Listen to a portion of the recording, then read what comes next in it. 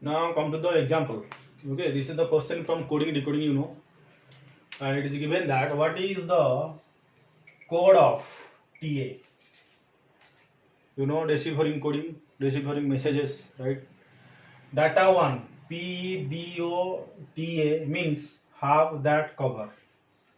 Data 2 KIBOSEPE means apply that blue cover, right?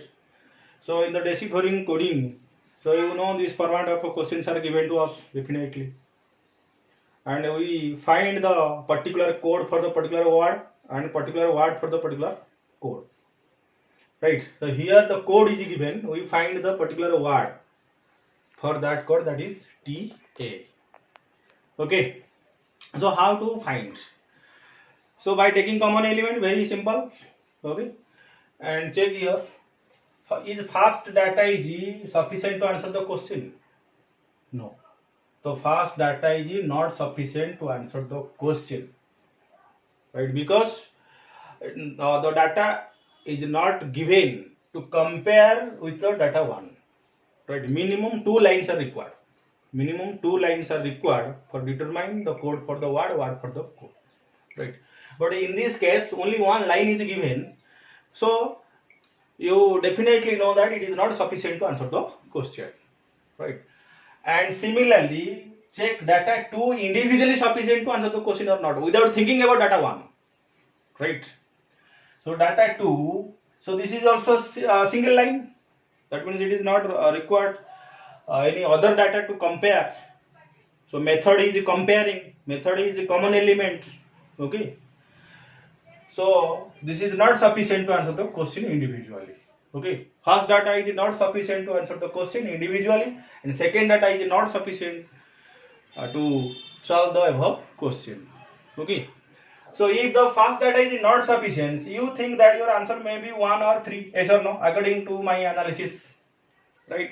And if the data 2 is not sufficient, okay, not sufficient, that means it not individually sufficient.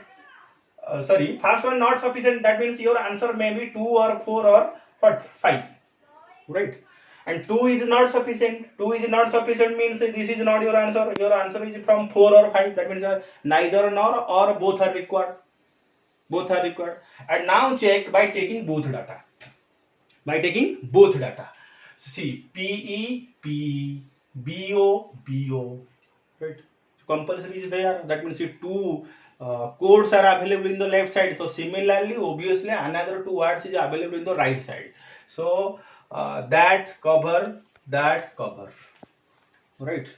So eliminate that 2 words, that cover. So only 1 word is left, that is code for the what, TA. So this is the unique answer, right? Another very important thing is that in this question you try to find the unique answer, definite answer, not confusing answer, not a possibility type of answer, right? If the code for TA is asking, so no doubt your answer is 5. 5 means both data are required to solve the above question, to find the answer of the that means a word for the above code, right? But when it is given that, suppose a P instead of a TA, it is given that what, PE.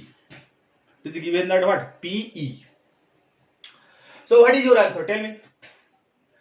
Because P is available here, P is available here.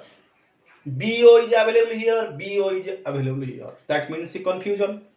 We cannot determine what is the word for the P. Our answer is what? Either have. Exact answer is, but not from the option it is available. Either have or either that or cover. Okay. So that means your answer may be that, may be cover. But in this case, in data sufficiency case, answer is 4. Answer is 4 means neither 1 nor 2 sufficient to answer the question, because our answer is not unique answer. Our answer is either or type. Okay, our answer is either or type. Our answer is probability type. Our answer is possibility type. It is not unique. So hence, when the question is given, what is the code for P? Your answer is neither 1 nor 2 is sufficient to answer the question. But when it is given that TA, you definitely find the word for the TA.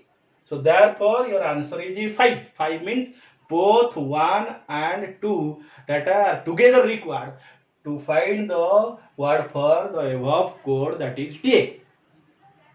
Clear? So in this way you try to solve. Okay, next discuss the second question.